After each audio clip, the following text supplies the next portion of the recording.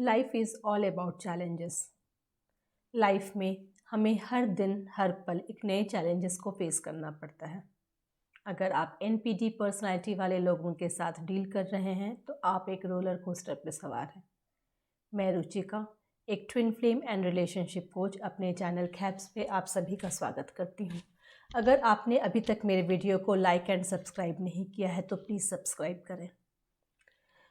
Last video में मैंने बात की थी एनपीडी पर्सनैलिटी वाले लोगों के बारे में। मैं एक बार फिर से ये कहना चाहूँगी कि एनपीडी पर्सनैलिटी वाले लोगों को जब तक साइकोलॉजिकली क्लिनिकली टेस्टेड नहीं किया जाए तब तक कुछ भी नहीं कहा जा सकता। और ये वीडियो मैं उनके सेल्फ अवेयरनेस के लिए बना रही हूँ जो एनपीडी पर्सनैलिटी वाले लोगों के साथ रह रहे होते हैं। दोस्तों, आज मैं बात करने जा रही हूँ एनपीडी पर्सनैलिटी वाले लोगों को साथ कैसे डील किया जा सकता है, क्या इनिशियल स्टेप्स ले सकते हैं उनके साथ डील करने के लिए। आप सोच रहे होंगे कि मैं उनके साथ डील करने की बात कर रही हूँ, जबकि मुझे उन्हें ठीक करने की, उनके सुधार की बात करनी चाहिए, उन्हें हील करने की बात करनी चाहिए। दोस्तों, सुधार की गुंजाइश वहाँ पे होती है जहाँ लोगों को ये लगे कि उनमें कुछ प्रॉब्लम है। आप डॉक्टर के पास भी तभी जाते हैं जब आपको कोई पेन या कोई प्रॉब्लम होती है, अदरवाइज़ कोई भी डॉक्टर के पास नहीं जाता। तो उसी तरह एनपीडी पर्सनैलिटी वाले लोग अपने आप में बेस्ट होते हैं, उनके अकॉर्डिंग वो परफेक्ट होते हैं। तो जहाँ वो परफेक्ट है, जहाँ वो बेस्ट हैं, तो उन्हें सुधार की क्यों ज़रूरत होगी? ऑब्वियस सी बात है। और वैसे भी सुधार हम दूसरों को नहीं कर सकते हैं, सुधार हम दूसरों में नहीं ला सकते हैं। जो भी काम करना होता है, जो भी स्टेप्स लेना होता है, वो हमें खुद के लिए लेना होता है। अब आप ये सोच रहे होंगे तो क्या किया जाए? कुछ नहीं, सब कुछ जानने के बाद भी हाथ पे हाथ रख के बैठे रहें? जी नहीं, बिल्कुल नहीं, ऐसा नहीं है। हम करेंगे, मगर उनके लिए नहीं, खुद के लिए। जो भी स्टेप्स लेंगे उनके लिए नहीं, खुद के लिए। अभी तक हमने अपनी एनर्जी सप्लाई उन्हें दी है, हमारी एनर्जी ड्रेन होती गई है उनको खुश करने की कोशिश में, उनको अप्रिसिएट करने की कोशिश में, उनको सुधारने की कोशिश में।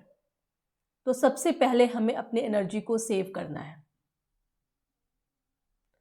यहाँ पे एक पॉइंट मैं सबसे पहले मेंशन करूँगी और वो सबसे इम्पॉर्टेंट है, मोस्ट इम्पॉर्टेंट है। प्लीज़ प्लीज़ तरी में आकर उन्हें बताने न चले जाएं कि उनमें कुछ स्पेसिफिक प्रॉब्लम है या उन्हें सुधार की ज़रूरत है या उन्हें अपने अंदर कुछ चेंजेस लाने चाहिए।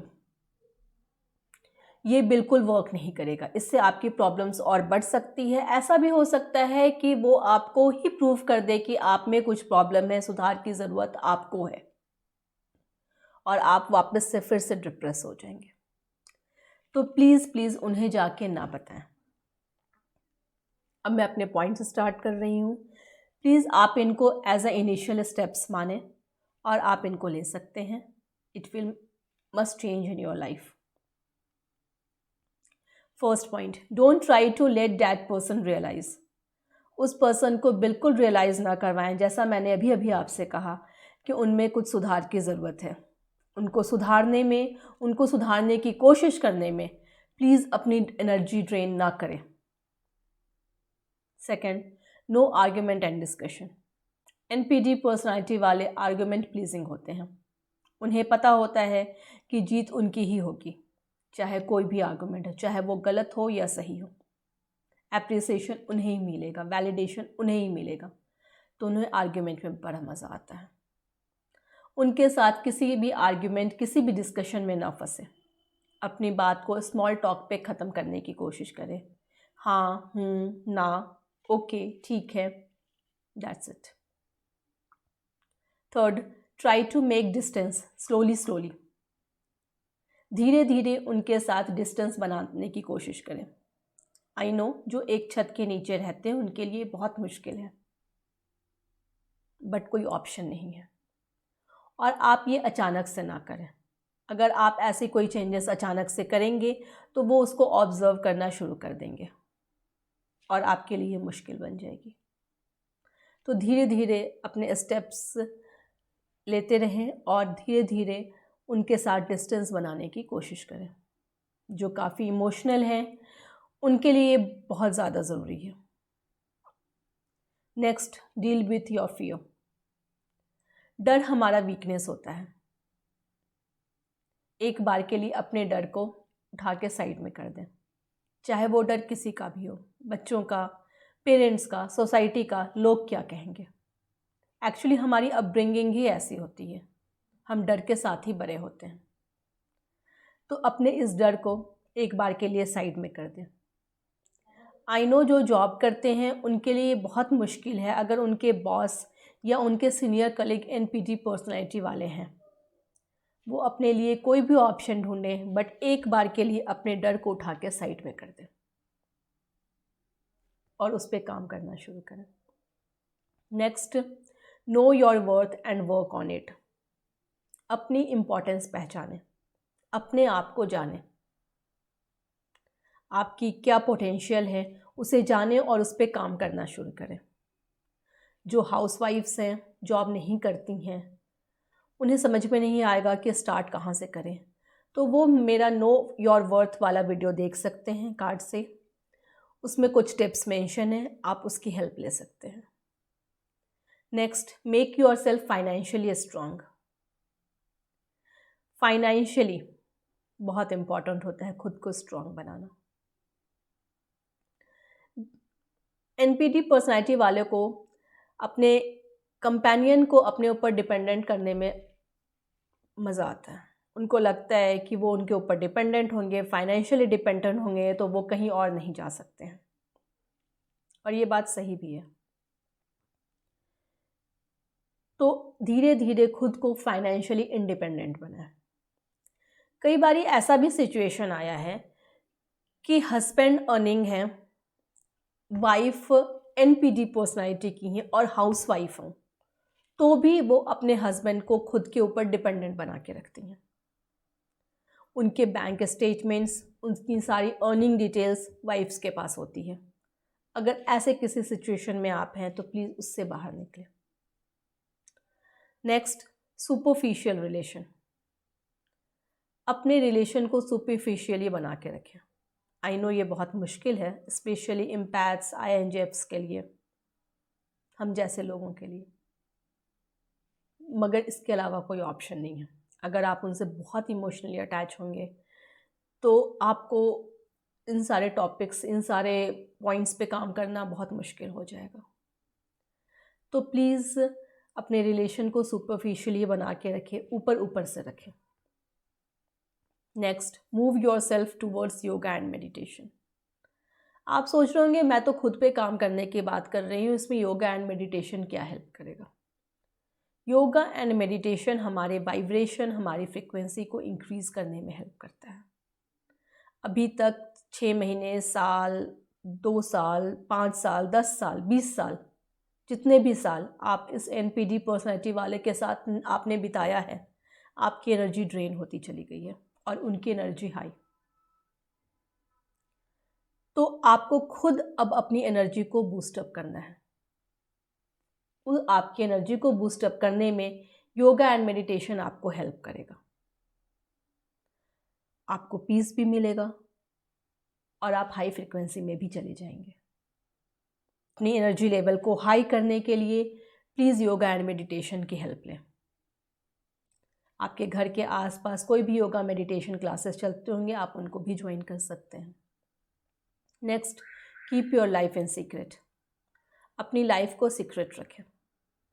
अगर आप अपनी छोटी छोटी बात, छोटी छोटी चीज़ों को किसी और को जाके बता देंगे और वो उस पर्सन को पता चल जाएगा, तो वो आपके छोटे छोटे स्टेप्स को ही कंट्रोल कर देंगे। और याद रखें, आपके यही छोटे स्टेप्स कल मिलके एक बड़े स्टेप में चेंज होने वाले हैं। तो अगर आपके ये छोटे छोटे स्टेप्स ही कंट्रोल हो जाएंगे तो आप कैसे कोई बड़े स्टेप्स को ले सकते हैं। तो प्लीज़ अपनी लाइफ को सीक्रेट रखें। Next, faith on yourself and divine power. खुद पे भरोसा करें और केवल खुद पे भरोसा करें। अगर आप अपनी बात अपने कोई वेल फ्रेंड या वेल नोन के साथ शेयर कर देते हैं, तो कल को ऐसा भी हो सकता है कि वो एनपीडी पर्सनैलिटी वाले इंसान उस आपके जो भी वेल नोन या वेल फ्रेंड हैं उनको जाके आपके बारे में कुछ ऐसा बोले जिससे वो मैनिपुलेट हो जाए और आप वापस से डिप्रेस हो जाएंगे। आपका सारा किया कराया वैनिश। तो खुद पे केवल भरोसा करें। अब मैं बात यहाँ डिवाइन पावर पे भरोसा करने की कह रही हूँ। आप सोच रहे होंगे कि प्रभु ने मुझे इतनी सारी परेशानी दे दी है तो फिर मैं उन पे क्यों भरोसा करूँ, उन्होंने ही तो मुझे परेशानी दी है। जी हाँ, ये चीज़ें, ये प्रॉब्लम्स, ये जो भी हैं, ये आपके खुद पे काम करने के लिए हैं। अभी तक आपने खुद पे काम नहीं किया था। अब आप सोच रहे होंगे कि मैं तो एक अच्छे पोस्ट पे हूँ, एक अच्छा खासा अर्निंग करती हूँ या करता हूँ, तो अब मैं क्या और खुद पे करूँ।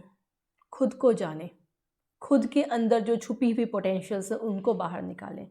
ये वक्त आपको इसके लिए है। ये प्रॉब्लम्स आपको इसलिए आया है कि आप किसी और पे डिपेंडेंट ना रहें। खुद को जानें, खुद को तराशें और अपनी जर्नी में आगे बढ़ें। अच्छा, एक बात बताएं, हम जन्म कैसे लेते हैं और मरते कैसे हैं? क्या हम ग्रुप में जन्म लेते हैं या ग्रुप में मरते हैं? नहीं ना, हम सिंगल जन्म लेते हैं और सिंगल मरते हैं। तो फिर ये बीच में इतने सारे लोग कहाँ से आ जाते हैं?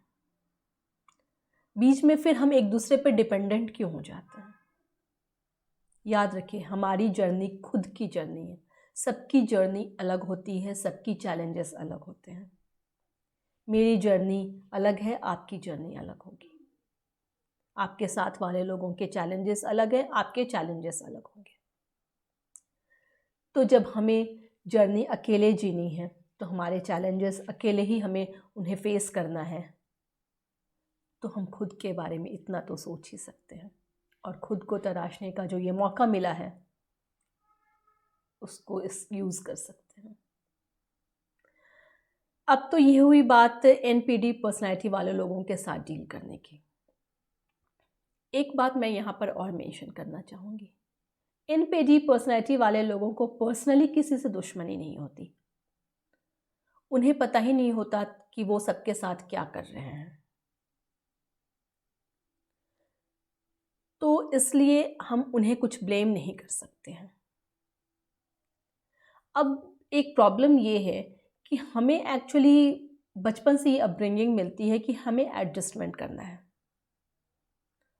एडजस्टमेंट करना है, एडजस्टमेंट करना है। बट इस एडजस्टमेंट के पैरामीटर्स क्या है ये बताया ही नहीं जाता और हम एडजस्टमेंट ही करते रह जाते हैं पूरी लाइफ। तो प्लीज़ इससे बाहर निकलें, लोग क्या कहेंगे इससे बाहर निकलें। गाइस, मैं आप लोगों को इस वीडियो के माध्यम से यही कहूँगी कि हर प्रॉब्लम का सॉल्यूशन है, बस नज़रिए को बदलने की ज़रूरत है। कल आपको जब नहीं पता था कि आप एनपीडी पर्सनैलिटी वालों के साथ डील कर रहे हैं तो आपका नज़रिया कुछ और था, आज आपका नज़रिया कुछ और होगा। आपको करना कुछ भी नहीं है, आप जो अभी तक करते आए हैं आपको वही करना है।